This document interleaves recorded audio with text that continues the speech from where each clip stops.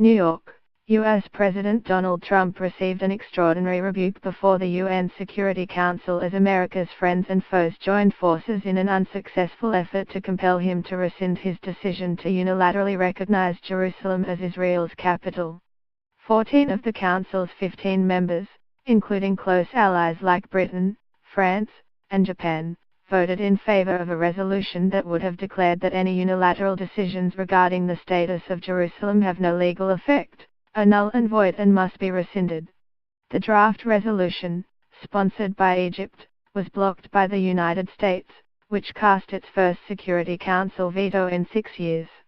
While the U.S. veto effectively killed the measure, the resolution underscored how isolated the Trump administration is on a number of critical foreign policy fronts, including its opposition to the Paris Climate Accord, its rejection of the Iran nuclear accord, and its decision to withdraw from international negotiations on migration.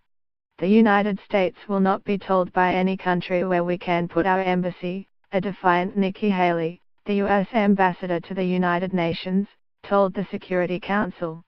What we have witnessed here is an insult. It won't be forgotten. It is one more example of the United Nations doing more harm than good in addressing the Israeli-Palestinian conflict, she said.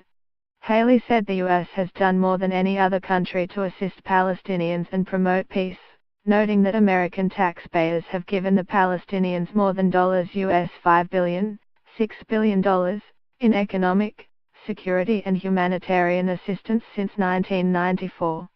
Opposition to the embassy move from Egypt and like-minded countries was not surprising, but Haley was unable to convince even close U.S. allies to support the administration's stance, or to at least abstain. Britain decided to vote in favor because it was consistent with international law enshrined in multiple UN Security Council resolutions, its UN ambassador Matthew Rycroft said.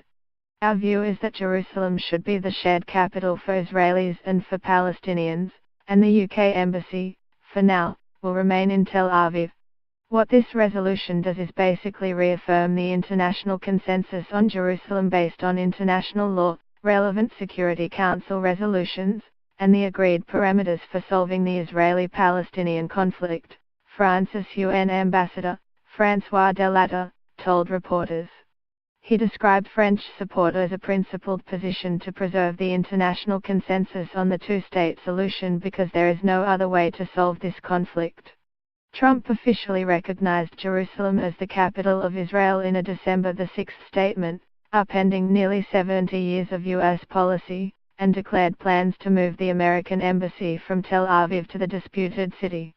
Trump cast his decision as a long overdue step to advance the peace process, noting that generations of American leaders who had refused to recognize Jerusalem as Israel's capital had failed to achieve a Middle East peace. The decision drew a sharp and immediate criticism from around the world and at the United Nations, which expressed concern that the U.S. decision could spark a new cycle of violence in the Palestinian territories.